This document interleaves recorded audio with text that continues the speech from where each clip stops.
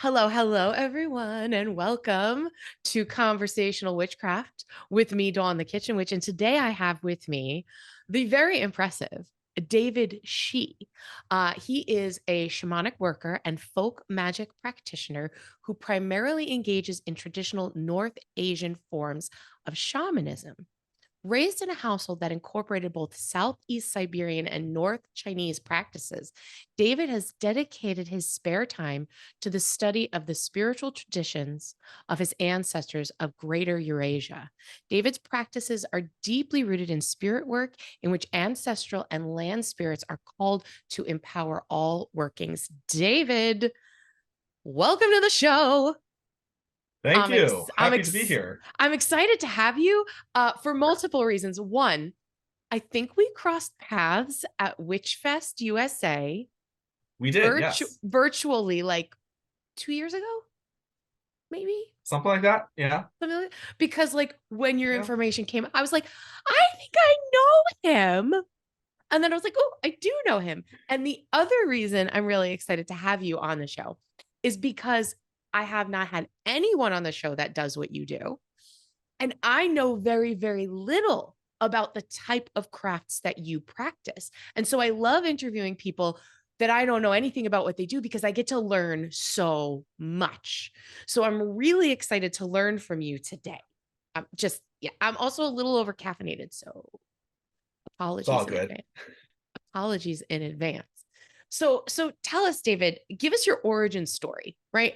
How did you come to be in the witchcraft community, and like how'd you get from point A to point B, like in terms of how you grew up and the practices that you now have? Sure, sure. It's a little bit interesting. I actually grew up in a background that was actually very atheist. My parents having come from a communist country, and they essentially came with the belief that pretty much all, religion, spirituality was all just superstition for the less educated folk. They Wow. were very big in like, oh, we are science and tech folk. And so anyone, whether it's backwoods people or even Christians, they're all just in fantasy. So that's kind of actually that was how I was raised. Um, Wow. what I did realize, and this was something that I realized much later, is that this was something that's very specific to my parents.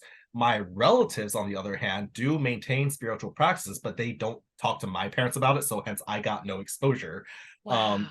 and because my ancestry actually does have very deep spiritual work and workers in it, they inevitably those ancestors come through, and I had not realized what it was. In fact, in my teenage years I knew that there was spiritual entities, and there was like an you could say magic, if you will, but like energetic ways of working with like energetic um being like thing like basic energy or spiritual entities and all that stuff. And growing up in the US, as you do when you go on Google and you type up these words, what comes up is Western witchcraft, neo-paganism. These are the things that pop up. And if you go Yeah. even if you go to that section in Barnes and Nobles, that is what you see as well. Yes. So for personally, that's actually that is where I start. I'm sorry for that siren in the background. Well, you're in New York um City, right? I have There's my nothing you windows could do open. about the sirens. Don't even worry about it. Yes. Don't even worry. That's why we have a Yeah. producer. He could, but I didn't hear it. So, Okay, cool. Cool. All right. So yeah, that was actually where I started, and kind of on and off throughout my middle school, high school, college years, it kind of, I kind of put it off a bit. It was yeah. after college in New York, I started getting more connected to people within the pagan and witchcraft world in um in New York. And over time, what started to be, it was a little less clear at the beginning, but what's become clear is that I am supposed to do some type of spiritual work, but what was around me was not quite that. I got that feeling myself. Some very like powerful elders have expressed something similar, even when I was in witchcraft circles. And let's just say they were, it was a ceremony for, let's just say, Hecate, for example. I even got the message from them. It's like, thank you for being here, appreciate you being here, but the path that these people are on, you're not supposed to be that. You're welcome here as a guest, but this is not what you're supposed to be doing. And Wow. it was around throughout this time, I also start getting dreams of, my ancestors. Wow. What I know now, I didn't know what they were at the time. I know now to have been ancestral spirits, telling me to research more about them, or about a specific group of ancestral spirits, about that culture, and research about their shamanic practices, and couldn't find anything. So they're like, okay, look at our neighbors.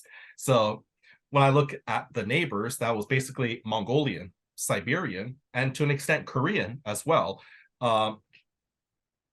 China has strong animistic spiritual practices. It's Mhm. not quite shamanism. So it was very clear. That's when I started connecting to people mostly online who were much more familiar and even themselves practitioners of Northern Asian shamanic practices, from Mongolian, Siberian, and even Korean. I'm pretty close friends with a lot of them now, and they identify what it was that my ancestors were saying, what type of practices I should be doing, and even though it's not quite the same as what they're doing, it's similar. It's very similar. It's similar enough that they start giving me some teachings as well. I will say though, and I don't, people tend to take this, a little bit differently. I am technically not initiated as a shaman only because in our practices, we are looking for a specific teacher to initiate and teach us and be our elder. It can't just be anyone, even if they're legitimate and uh, elders and such, because our spirits have to be compatible. And if the spirits are Wow. not compatible, it doesn't work. I'll give you an example. Yeah. The one friend of mine, she's one of the endorsers for my upcoming book, but one of my friends, she is a traditional Mongolian shaman from a very ancient lineage. The problem is her lineage and my ancestors were enemies several hundred years ago. Oh, wow. So she was like, for both of our safeties, let's not do this. Oh, wow. So that's very, very unique then, because you are literally seeking out the teacher is seeking out the student is seeking out the teacher, and you have to make sure that you align on all of Mhm. these separate levels. It's not like, Yeah. oh, I'm interested in this thing, I'm going to go learn about it, and then I'm going to kind of like work through an initiation process, and it doesn't really matter who's teaching me the information as long as the information is something that I'm using, absorbing, and doing. You literally have to align in all these ways with your mentor, teacher, elder, right? Yeah, for almost all North Asian shamanic practice, even in Korean shamanism, it's the same thing too. But yes, finding that specific elder to initiate you. I mean, the friends that I have, they did what they could. That they did teach me a lot of practices that were not non-initiatory, and so I do have I would consider I have a very rich arsenal of practices and techniques. It's Yeah. just not at that, final level. But and because of that, it's something that I've been very grateful for, and something that I kind of built my own practice currently. Mhm. And in terms of, when I might be able to find that teacher, well, we'll see what karma has in store. But Right, right. yeah. So that's really interesting that when you first kind of like discovered a spiritual path and after growing up in a non-spiritual household, that all that was available to you was this sort of European witchcraft, or neo-paganism that we see, which, I mean, listen, I mean, that's kind of, I guess, I'm not going to presume that you're as old as me, but like when I was growing up in the 80s and 90s and finding witchcraft books, like that's what was there. That's what you got. Now Yeah. that works for me because I'm of Italian descent and I'm a kitchen witch, and that, that's what worked for me. Um, but how are there any things that you learned in those early years of finding witchcraft and paganism that directly brought you to your path now, or that maybe you've kind of incorporated into your path now, or You know, similarities? I mean, there's always similarities because we're all working with, the spiritual and the divine. We almost have a saying that we don't actually think any practice or any other belief or faith system is wrong, because we are of the opinion that spirits have their own cultures too. So they're just other people are just following their own culture to upwards to, that higher level. In terms of like, I actually I did take a lot from my early practices. It did help guide me a lot in terms of uh well, here's what I say. What is current, what has been out there in terms of Western witchcraft, neo-paganism, is very ceremonial. Even Mhm. the least ceremonial traditions are still pretty ceremonial. Mhm. And I think that just goes to um the way the Western traditions develops, whether it's through Jell Gardner or other figures. But the way that they treat um whether it's the elements, or whether it's working, inviting in different spiritual entities, that kind of helps pave the way. In fact, a lot of those spiritual entities were the ones that ultimately sort of helped sort of point me in the right direction. A lot of Right. elders, like for example, even like Courtney Weber, for example, like even with her and her coven at the time, very welcoming, welcomes me in, but they also helped point me, even though they didn't know like what was in that direction. They, it was like, that's the general direction. Yeah. And so there has been a lot of guidance. There has, and especially within New York, you come across people of all different spiritual lineages, traditions, and I think being open to the different spiritual entities that are out there and how diverse they are and how that affects the way we work with them, it kind of helps sort of, it helps open up my perspective and lead me into, okay, so if I'm going back to my ancestral traditions, what are some of the things I need to keep in mind. And actually a big thing that my spirits had instructed me very early on was to learn Western folk magic. And actually, even when I came across African American hoodoo and root work, my own ancestors was like, yes, learn that, Mhm. because that is, because for one thing, I was born and raised in the land here. So I actually do need to be familiar with the practices here, because ultimately the land spirits that I'm going to be working with are the land spirits that are here. So Right. I do need that bridge of what is going on, what exists in the West. And we have a belief that the the only way we can, or not the only way, the best way we can connect with our ancestors and with higher powers is through the land spirits, because the land spirits, they are the only spirits that are indigenous to the physical world, really. And so they actually help provide us that connection. If we don't have that relationship connecting with ancestors and higher powers, like let's just say like heavenly beings, it's going to be very hard. Um, so Right. so a lot of my practice is actually, it does the foundation that I have with what is available with Western, whether it's witchcraft or hoodoo or stuff, it is actually still very helpful in my ancestral practice as well. Well, that's one of the beauties, one of the things, especially for me, when I first found the pagan path. And I grew up in an incredibly religious Mm. Italian Catholic New York family, right? Like Ah, all the cliches you could possibly imagine, right? Um, and one of the things that I loved about the pagan path was that I could learn everything from everywhere and work with what worked for me, right? Like yeah. I could be like, oh, I want to, oh, I'm going to do angel work, I'm going to do fairy work, or I'm going to have, whichever deity I feel connected with, or I had the freedom to sort of pick and choose and create my own spiritual practice, and then through that kind of hone, oh, this is the type of ritual that works for me, or this is the type of ancestral magic that works for me. All of it, eventually culminated into the kitchen and kitchen witchcraft and all of that. But Mm. so many cultures, and stop me if I'm wrong, or if you disagree, that a lot of these things, we might call them something different, but they all line up, right? They're all like, when I say I'm a kitchen witch and I learned from an Italian woman, and I'm sure there's strega in, they didn't know they were witches, but this is what they were doing. food, for example, is so important in so many cultures and so many spiritualities, and the way people do celebrate ancestral magic through food or through earth and growing things and all of those things. Would you say that that is a common thread in a lot of the things that you've studied? What I would say is the common thread is in terms of our cosmology, our framework, and how we see the melding of the physical and spiritual world. Mm. That does create a lot of common threads. Where it starts to become uncommon is ultimately, even within the frameworks, people then learn to do things a little bit differently. So Mm. what I found is that the practices become different. The frameworks are very similar.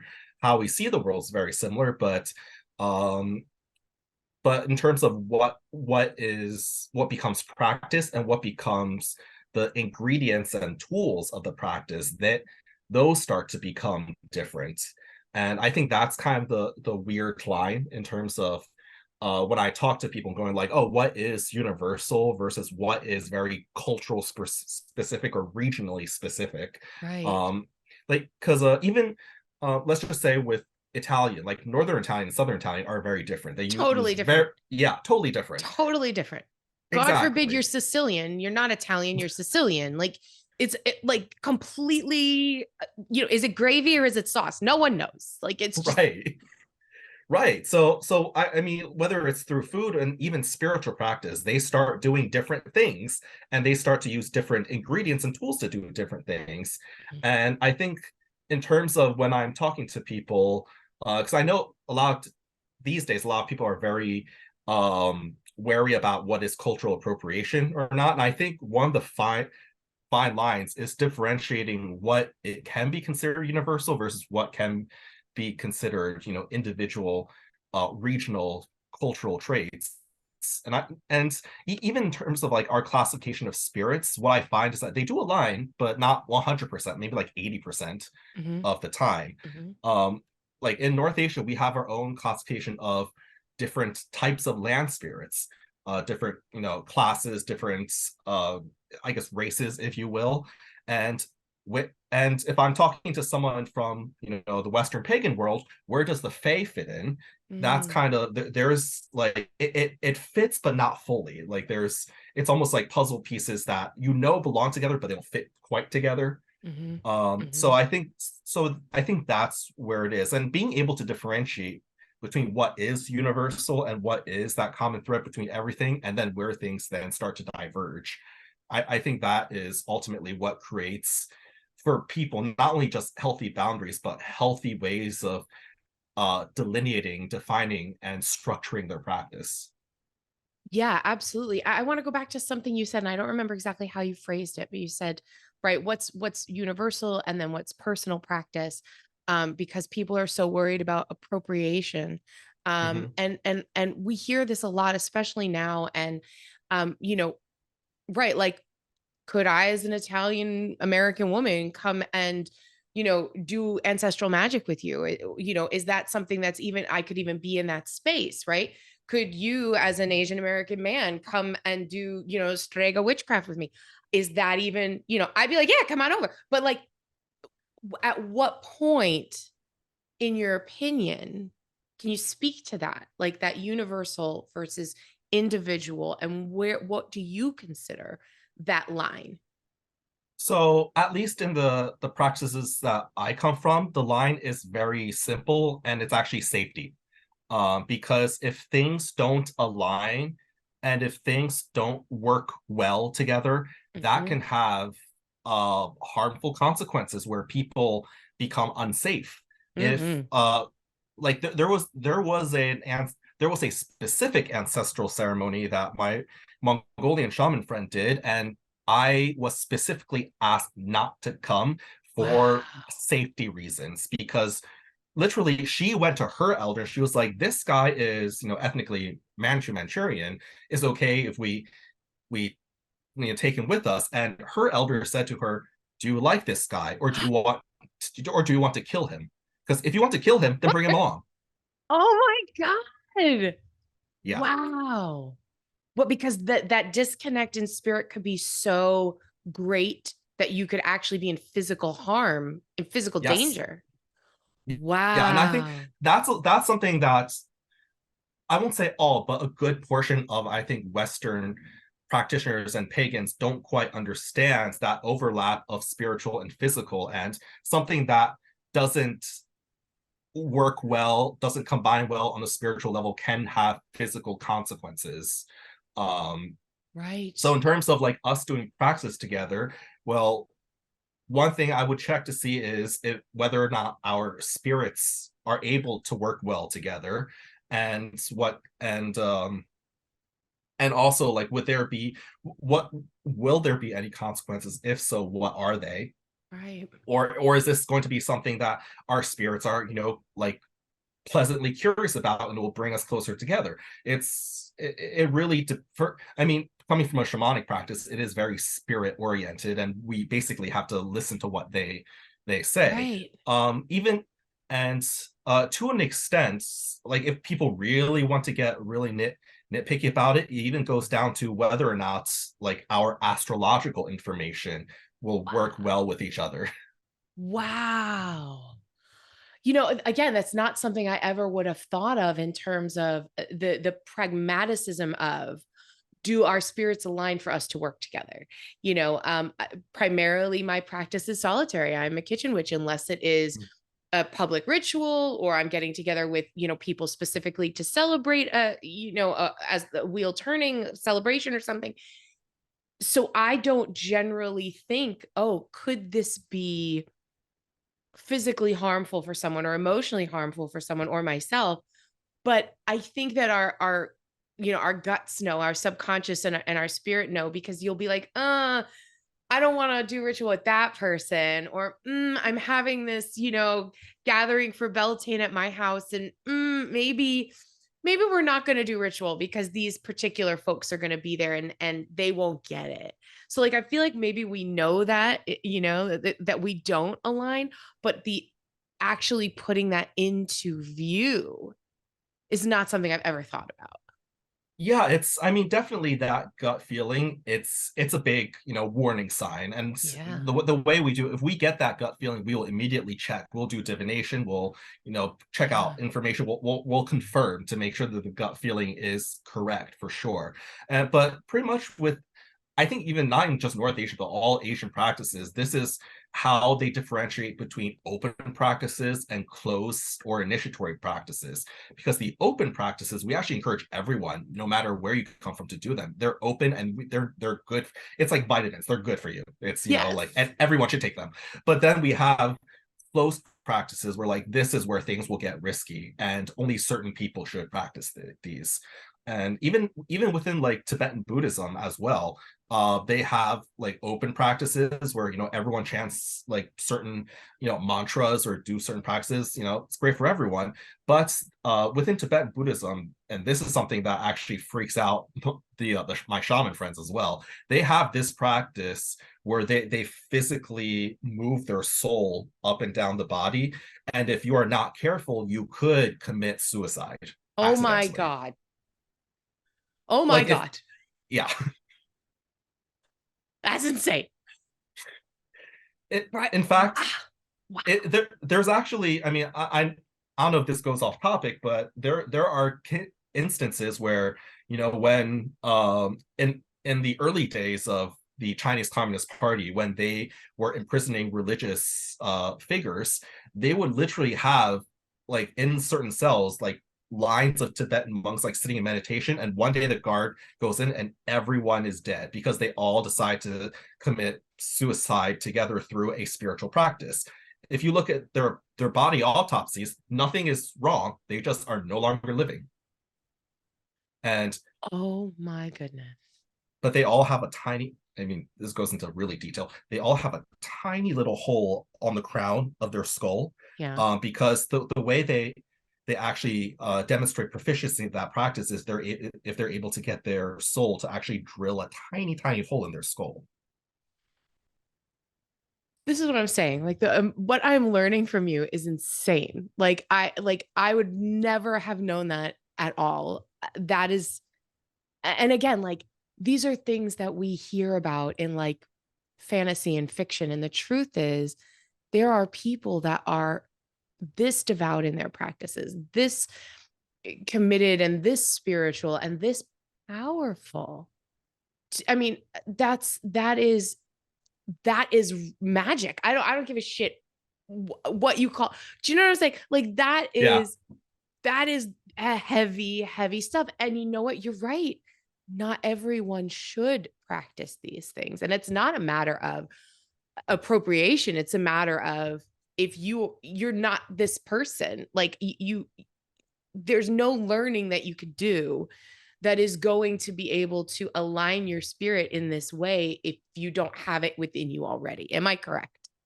Yeah. And thank you for bringing it back to the original point. It is about, in terms of my traditions, the line is at safety, in terms of, like what practices we can do, we can learn, which people can do practices or ceremonies or rituals together. Essentially, that's where it comes down to. If if let's say I will say most, not all, but most Western pagan rituals and practices that I have found are pretty open enough that anyone can do them, because the gods that they work with are benevolent gods that Mm. won't harm people who show up. Not all, obviously not all, but a lot You of them, got to be they a will. little careful. You can't just, Yeah, yeah. But then that's up to the practitioner too. Like, who are we working with? yeah, Like, what, and then that, okay, well, I want to work with this particular god or goddess, or, these particular energies, whether it's the fae or whatever it is you want to work with. You kind of got to be specific, yes. like I do this, fairy cooking for the fairies workshop, right? And I'll be like, how do Mm-hmm. you invite the fae into your kitchen? And people are like, oh, that's great. And I'm like, hang on a second though. Like, there are some that are not so good, and you need to be specific when you're inviting these Yes. elements into your space. And who are you going to work with?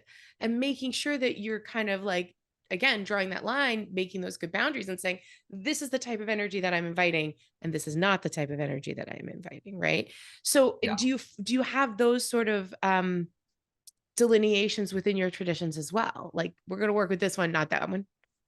Oh yeah. All the time, actually. It's I mean, we generally do a pretty good way of like having names and classifications for, even within umbrellas of spirits and entities, and which ones are safe, which ones are more risky or wrathful. Yeah. And I will say though that in terms of when we people within my tradition speak to outsiders, they will make like general blanket statements like, don't work with these at all, Oh. just work with these. um and even comes down to like sometimes it comes down to even individual like elders as well, or somewhere just will not work with each other, or whatever. It's like, for example, there was this one elder who I met with. She appears as, a very sweet, old woman, but she is known to have some of the most powerful curse spirits in all of Wow. Mongolia. And so Wow. people are very careful about approaching her.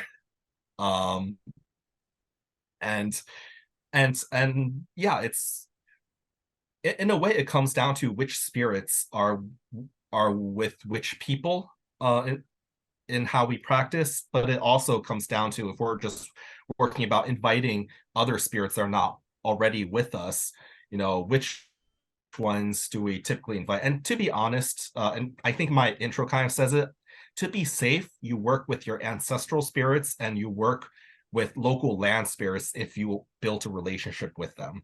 Right. Right. Because land spirits are actually very transactional. They're Right.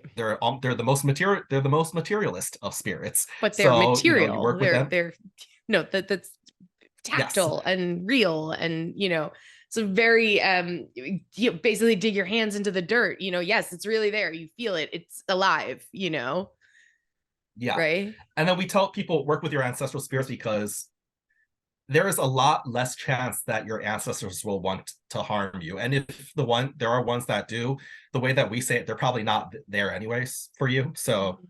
if you call ancestors, they're probably not going to be the ones that show up. Wow. Um, Has there been for you, and maybe this is too personal, so if you want to skip over it, we can, but I'm very interested in someone who didn't grow up in with religion or spirituality within the home, and now you're working with ancestors, right? That's family mhm. lineage. That's, blood. It's blood magic. I mean, you're connected through genetics and history and all that stuff. Has that healed anything within the family? Has that brought to light anything within your own like personal life? And how does your family feel like your nuclear family or your family of origin feel about the work that you're doing, and or has it brought you closer to anyone? And again, if that's too much, just skip No, over not that. at all. The thing is, I have not identified extremely deep traumas or injuries within my family lines because it was only in recent generations that spiritual practices have stopped. From what I understand, my ancestors, up to a certain point, were shamanic practitioners, and then Wow. at some point they converted to Buddhism. Um, but the thing, Wow. but there is enough overlap that it's like while the history of shamanism and Buddhism does have many violent aspects, but within my family, it did not appear to have been that violent.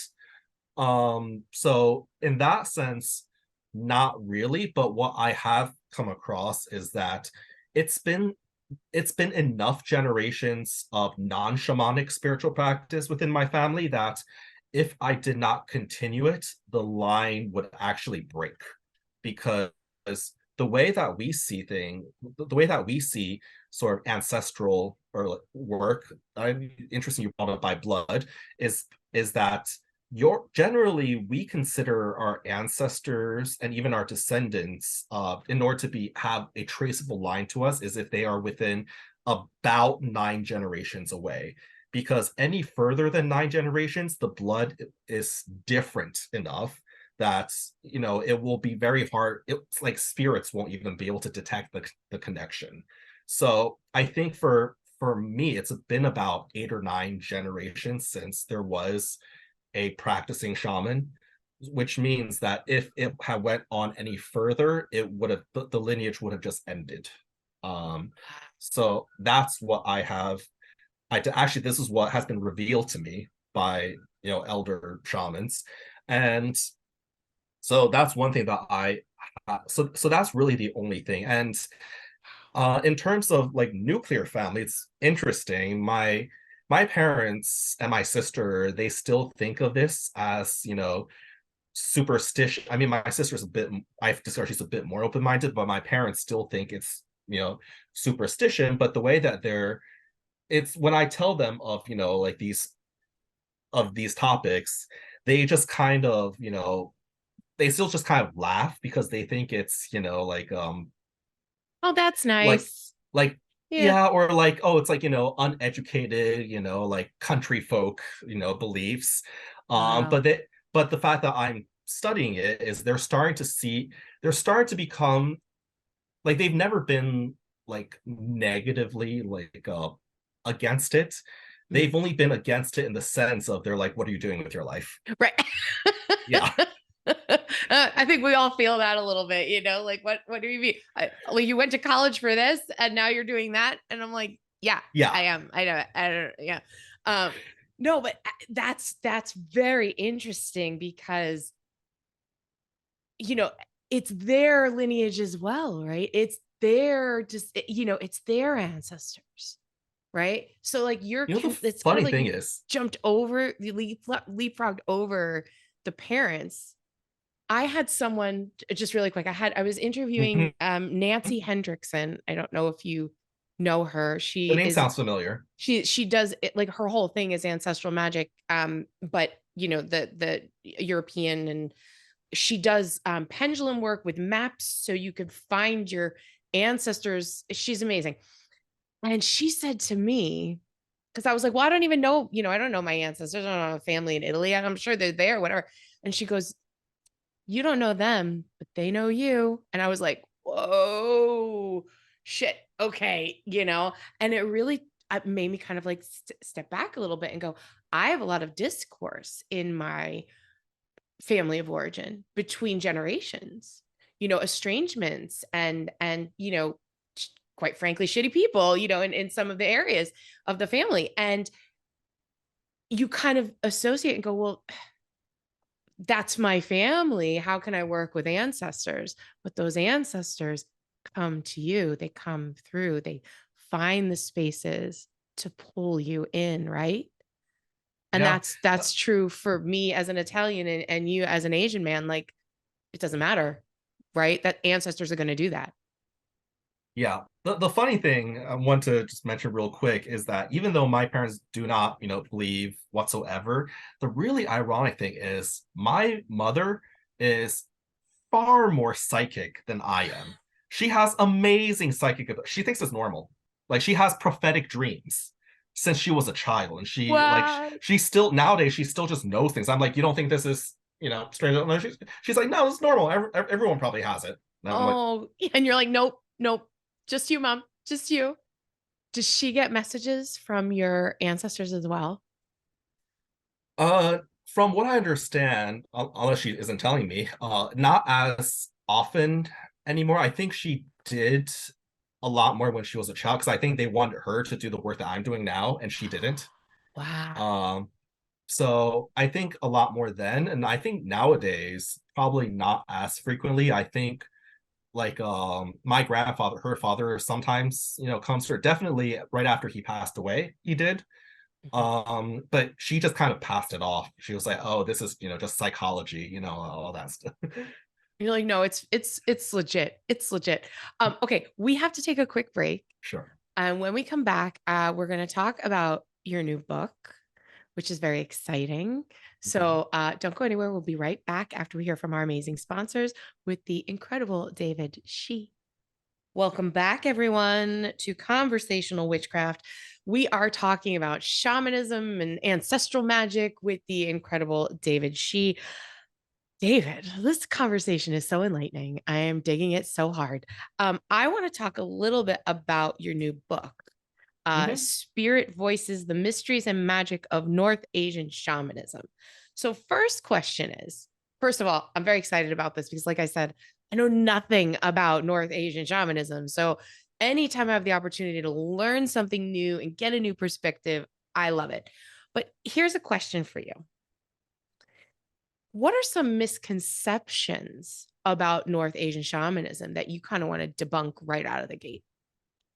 Well, I don't think people know enough specifically about North Asian shamanism to have misconceptions, but people have a lot of misconceptions about the word shaman or Okay, shamanism. let's talk about it. Because pretty much every resource would they say, oh, the word shaman comes to us from the Evenk people of Siberia within North Asia, and that is correct.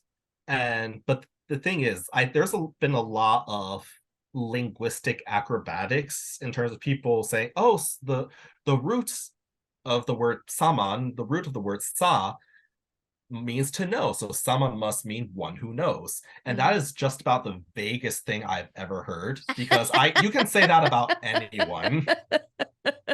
What does he know? Does he know how to fix cars? Does he know how to make meatballs? He knows stuff, but what stuff does he know? Yeah, and I think that has given people a lot of license in terms of defining the word when it actually a does have a pretty specific definition. It the way we define it within our cultures is a person who was chosen by specific spirits when they are born to act as the bridge between the physical world and the spiritual world, which they do two things. One is that they essentially is transpossession. They're the ancestral shamanic spirits enter their bodies and basically interact with and help the community using the shaman's body. And two is in which the shaman goes on spirit flight, in which their spirits escort their souls to the spirit worlds to do what needs to be done there. And this definition has a lot of parts. A lot of people associate that second part with what they call shamanic journey.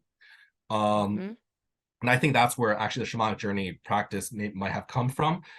But the thing is, the key difference is that in Western style, what they call core shamanism, which was something that's developed in the 70s by Michael Harner, who then popularized the word and practice of journeying, is that essentially within their tradition, they essentially work with, they can work with gods, but they basically go to the spirit world and find allies.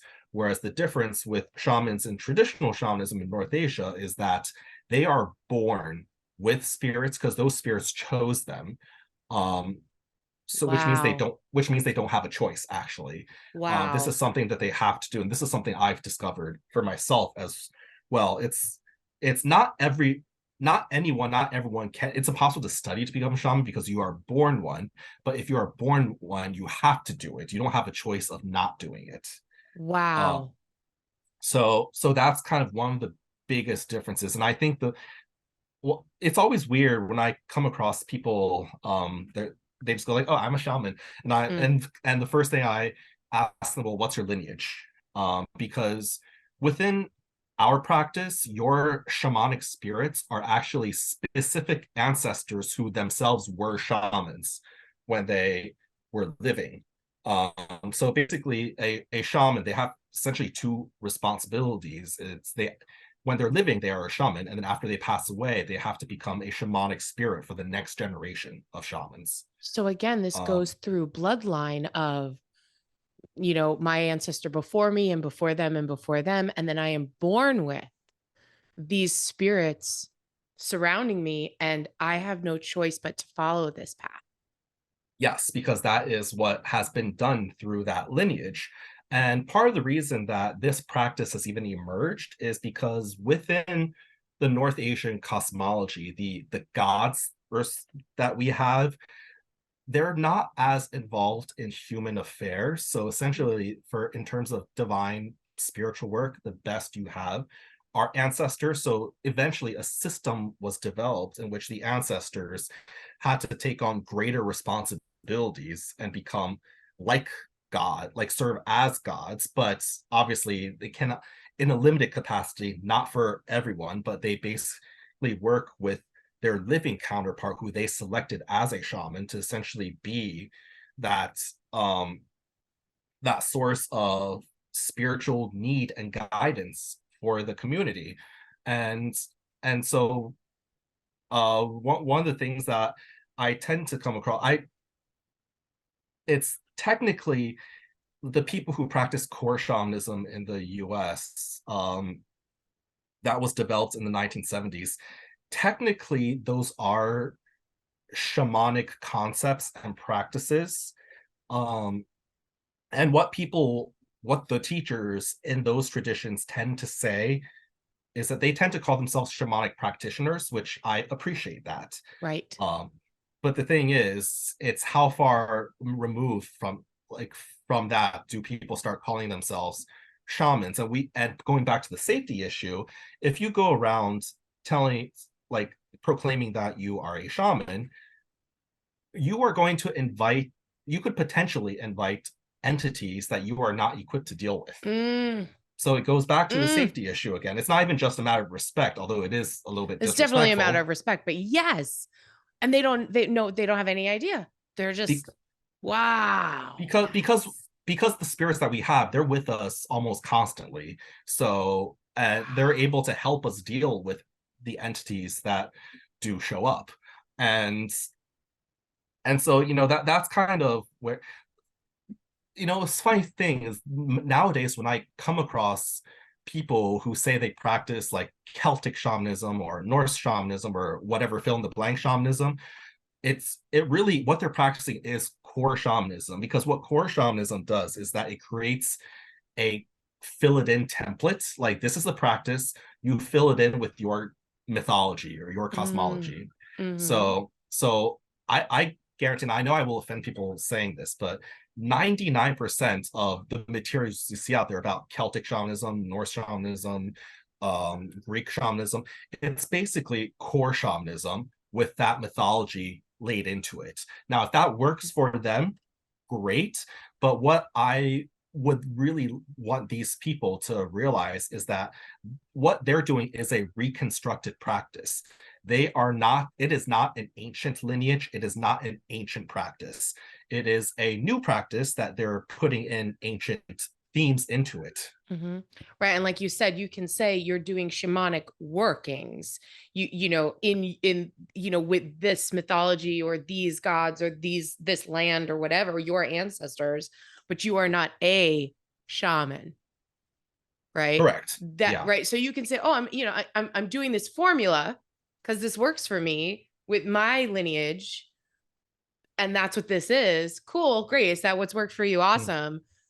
But you are not a shaman, because a shaman is this. This is the definition. You have to essentially be recognized like by another elder shaman in order to, and the thing is, we, and I say we in terms of like my culture and my elders and stuff, we have identified people of European descent to be shamans, because even though they're nowhere part of our culture, something happened with their ancestors, and that their ancestors are making like these types of demands of their living descendants. And so we're like, okay, well, obviously you have your own cultural framework, but these are the general types of things that you need to be doing with them. And so in those cases, on an individual basis, that's a keyword, individual basis, there we have identified like shamans from Europe or shamans from other parts of the world. And that's only because something happened with their ancestral lineage to make that possible.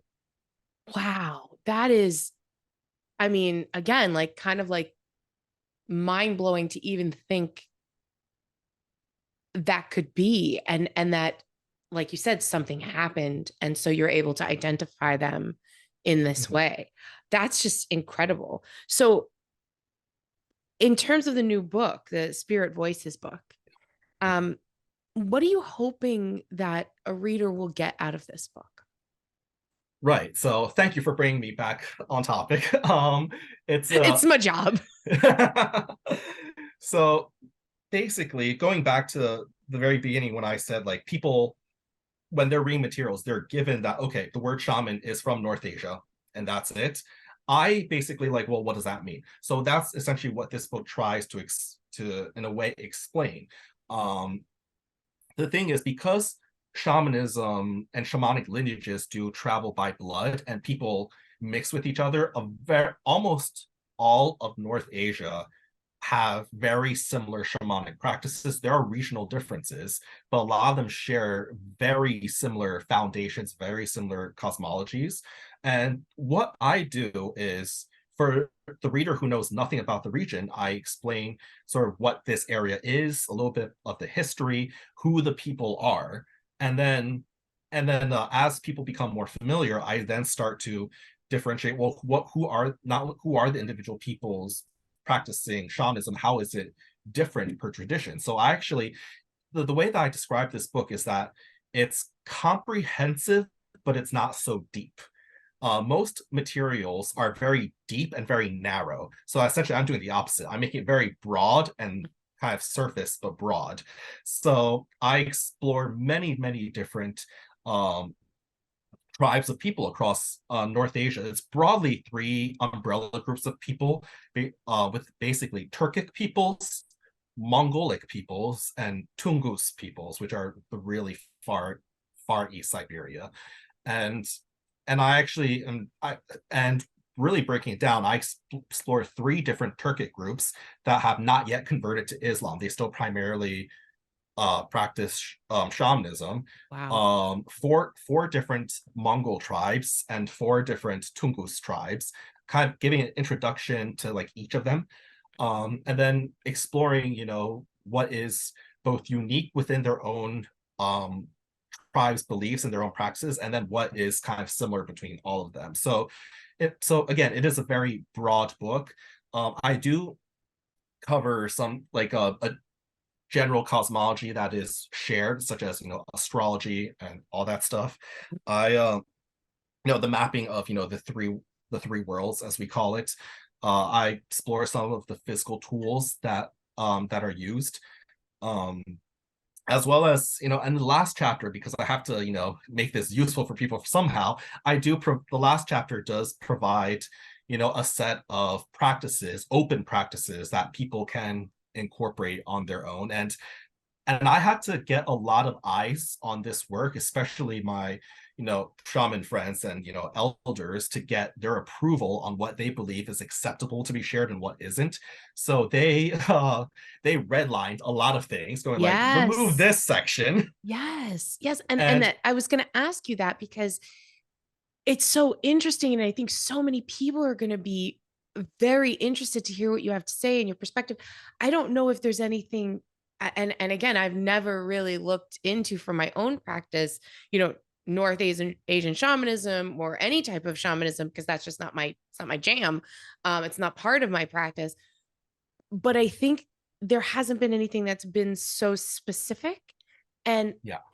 is that something that someone like me, I wouldn't necessarily pick this book up because I would say, that's not for me. So I love that you included open practices to say, hey, you can learn about this, and this is what's okay for you if you wanted to practice it at home. The way that we kind of see a lot of North Asian practices, especially among the Mongol practices, is that because the people have culturally been very nomadic, what happens is that the practices have to be very practical Mm, and general enough that anyone could pick it up and find ways of identifying it with their own practices. Like, for example, like like when we even say like how to call like for blessings, it's literally like I don't know if you know this, but the origin of the word hooray, like if it hooray, that's actually hypothesized to be of North Asian origin, I to had no be idea. a word for calling blessings.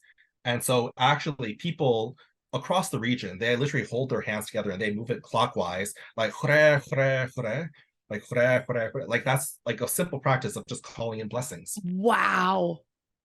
And or even like some general concepts, like I talk about the concept of giving offerings. Like I provide sort of like my own way of providing offerings, but I think every culture that works with higher powers provides offerings in some way. Right. So that's something that I think is applicable. And even a concept that might be North Asian origin, like when I talk about like the hearth fire or the household like hearth fire, we describe it in general as the fire spirit or the spirit of the hearth. And I think that's something that a lot of people, it's practical enough that a lot of people can relate to it, and that it's not so culturally specific that sometimes you see things that are so culturally specific, you're like, I don't know how to apply that to my Right. thing. Right. Exactly. Yeah. Exactly. So the thing is, and I think that's what I found beautiful, is that a lot of the practices are general enough that they can be applied or inspire other people to sort of think about their own practices and think, is there anything else that could enhance it? Right. Right. Because again, just bringing it back to the beginning of this conversation, like one of the things that's so appealing about identifying as a pagan or working in this witchcraft community is being able to say, this is my practice. How can I improve it? Or what works for me? And taking these little nuggets and sort of building something that's personal. Right. And Mm-hmm. yet at the same time, not wanting to appropriate, but being able to say, well, this resonates with me. This sort of ancestral magic resonates with me, or this sort of earth spirit work really resonates with me. And if I'm doing it for myself in my own spiritual way, I'm then it's just to enhance my own practice, Right. and this is fine to do. And I think that's a conversation that needs to be had. I just think, David, it's going to be a really important book because there isn't anything that explores. I mean, when you're doing your research for this, and as the person you are, how many books like this did you find? Like, right? I'll be honest, the books exist. They're very inaccessible in that they're either Yeah. very academic, so it's very dry reading, Yep. or it's very expensive, Yeah. or it's very because like I said, it's broad. I cover many different tribes. Right. Nothing of that exists. There are books that cover very specifically Mm-hmm. on a single group's practices. Mm-hmm. And what I found and what ultimately made me decide to write this book is because these groups, their practices are so similar, people who are elders and experts within their own, group, they start making assumptions about the neighboring groups, which half the times are actually wrong. Right. So I'm trying to do as much research and possibly compile to be able to say, well, what is actually right and what is actually incorrect. Even like my Mongolian elder friends, they made assumptions about what my ancestors did, but no, they didn't do that. And you're like, no, don't tell me what my lineage is. Don't tell me what that is. I tell you that it's really, really brilliant. And it's really, really, really interesting. David, tell everyone where they can buy the new book, when it's available. I'm not sure. We're recording this in March. This episode's not going to air probably for another month or so. So tell us where we can buy the book and how to find you online, and where people can track you down. Yeah, so actually, if they're getting this in late April, it's right about to come out. It actually comes Woo-hoo! out May 1st. Um, Excellent. they can find it at Amazon if they wish.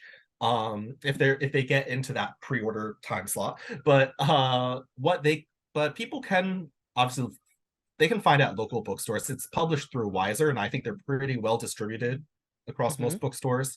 Or if not, people can ask their local bookstores to order if they want to support their local bookstores.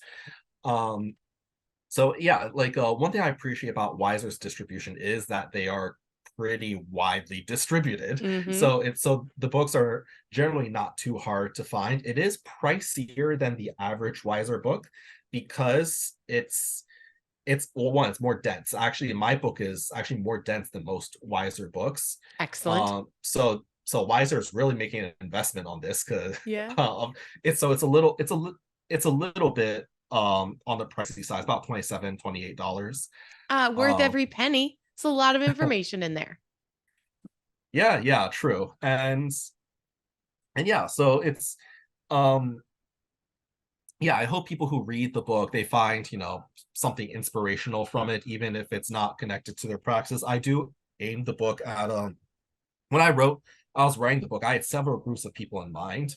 Obviously, the traditional shamanic practitioners. I had to think about the people who practice core shamanism as well. Mm-hmm. Otherwise, I also thought about just for Asian Americans because Mm. we at the moment don't have a huge voice in the Western, spiritual um, world. Let's just say, Yeah. I mean, there's a few notable figures, but there's just not that much. So, in a way, I wrote that for them in mind if they want to, connect to their roots Mm-hmm. or find ways to connect to their roots as well. And of course, this book also would not have been possible if it were not for the witchcraft and pagan communities. If I were to be honest, it's because that community, especially in New York, but it's that community has had the interest and the support for me in this to even because if it not were for that support, I don't know if this book would have ever come out. So I really do have the witches to thank for this. It's excellent. It's excellent. And that's kind of what I think witchcraft community is about. We should embrace everyone, we see everyone, we appreciate everyone. Especially, I don't know, that's how I feel about myself as a witch and other witches in my life is like, you know, we are the ones that don't belong, so we belong together. Does that make sense? Like It we does. belong Yeah. together. So like fuck everybody else. So we should be supporting each other no matter what our traditions are. Your traditions don't have to be the same as mine and mine don't have to be the same as yours, but we're both different. So let's support each other. And it's excellent. It's excellent to see you. It's excellent to hear that you're creating something that is solely unique to your tradition that you can share with not just the community at large, but specifically your community, as you said, Asian Americans, people that are maybe looking for something that isn't, you know, Western paganism, that isn't, you know, what we're all, you know, Christian stuff. Like it's so unique and it's so important what you're doing. So you can find the book, Spirit Voices, wherever books are sold. Support your local Yes. bookstores, please, please, please. And we can find you where online? Do you have Yes. a social or anything like that? Yeah, so these days I've been primarily posting on Instagram, Mm-hmm. because my publisher told me to. Uh-huh. No, it's where I post. I mean, I have a Facebook, but I post a lot more on Instagram these Okay. days. The Instagram handle is David, the letter J, SHI 311. David J Shri 311 or DAVIDJSHI 311. All To make over things clear. Instagram. Yeah. So we will make sure that we post all your links and the links to Wiser so that people can order the books. And how to find you on Instagram. We'll put that on our show notes so everyone can find you. And I was enjoying your Instagram page earlier today, and I was looking at Oh, all the pictures of your adventures. It looks like you've been to a lot of really amazing places. And I only assume that's going to continue. So, David Shee, you're amazing. Final thank you. question. Final question. And I Yeah, ask this to everyone who comes on the show. It has nothing to do with your book or shamanism or anything. It has nothing. It's just for me. Um, sure. obviously I'm a kitchen witch. If I could make you one magical meal, what would it be and why? Ooh, It's a good one, right? that is a good one. Um,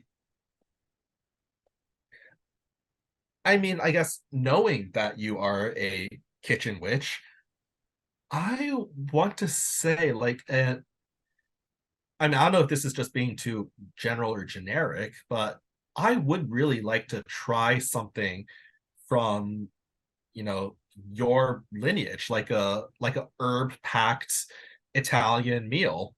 Um, because of my North Asian heritage, I do appreciate protein of some Mm-hmm. kind. Mm-hmm. Mm-hmm. But you know, the with the with all like the magical herbal seasonings and goodness like that. Something delicious, something like oh, I don't know, just something herby. What could I make you that's herby? I could make you an herb pesto, a fresh herb pesto. Um, it's interesting that you chose something from my heritage and not something from your heritage. People will either say, "Oh, you know, my great grandmother had this recipe." I just had someone tell me the other day, she hasn't had a Hungarian pepperkesh since her grandmother passed away, and that's the meal that she would want me to make her. And I was like, "Oh, you want me to cook something from your heritage?" Or people say, "No, no, I want you to cook me an Italian meal, like your grandmother's recipe of something, you know." And you're saying herbs and stuff, and all I'm thinking is like oh, you know what you would like? I make a fresh herb pomodoro in the summertime. So I get fresh tomatoes from the garden and I literally crush them with my hands and I saute them with onions and then every herb that's in my garden. So literally whatever's in the garden, I throw in there a little white wine and then I just serve it over ravioli. And that's Mm, it's literally like 5 ingredients and it tastes like summer on a plate. I feel like that's wow. I feel like that's something that you would enjoy. Ooh, that sounds delicious. Right? I mean, let's have it right now. Um, I mean, I'll be honest. I'm not impressed with most summer dishes, but that sounds impressive. it's just very light and lovely. But you said you like protein. I could do like an herb crusted Parmesan chicken dish. I don't know. Like I like to brainstorm and like what kind of magical meals I would make for people. It tells me so much about them, you know. David Shee, you are fantastic. Thank you for being here. I hope you had as much fun as I did. This was And very fun. oh, yay, hooray. Yeah. And again, until next time, I wish everyone so, so many blessings and so, so much gratitude. Thank you so much for being here. See you next time.